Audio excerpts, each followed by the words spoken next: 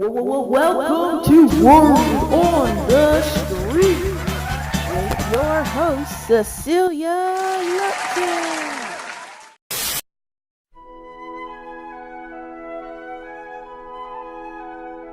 I hate you! Oh! Well, next time, don't steal my Monopoly! Ariana, give James your $200 you landed on his property. No! He's in jail! I'm not gonna give money to a criminal!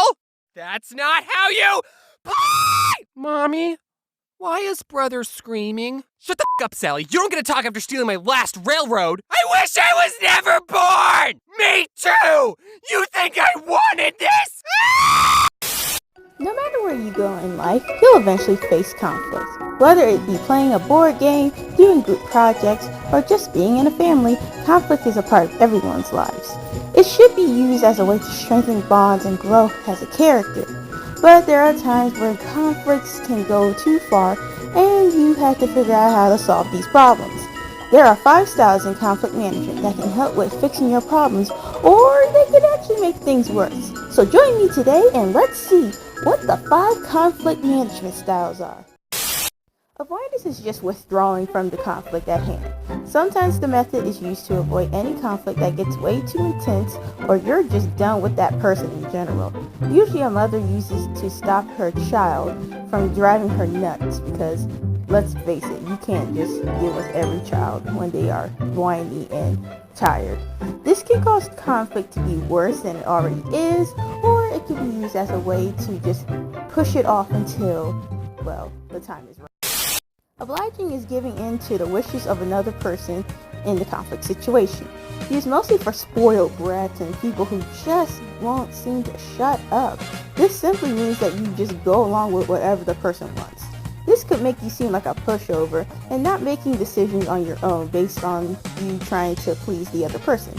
It's not recommended if you are that kind of person that doesn't want to do what the other person wants, but you have no choice in the matter. Compromising is used as a negotiating or bargaining to seek a middle way. This is a great way to resolve if the other person can agree with what your demands are. The two parties could agree with each other if one wasn't stubborn and the other could listen. I would recommend using this technique, but make sure there is a middle ground when it comes to discussing your conflict resolution. Dominating is competing to win when people's interests conflict. When you have a person who demands you follow their orders, then the whole group is scared to talk back. A person who dominates only thinks of themselves and wants to do things their own way. This style of conflict resolution is the most terrible way to go when it comes to solving problems. That just means that you haven't learned how to let other people talk or take turns. Integrating is problem solving through open discussion to make a win-win resolution of conflict. This is a highly recommended way to solve conflict since it was all the components of a good way to fix problems rolled up into one.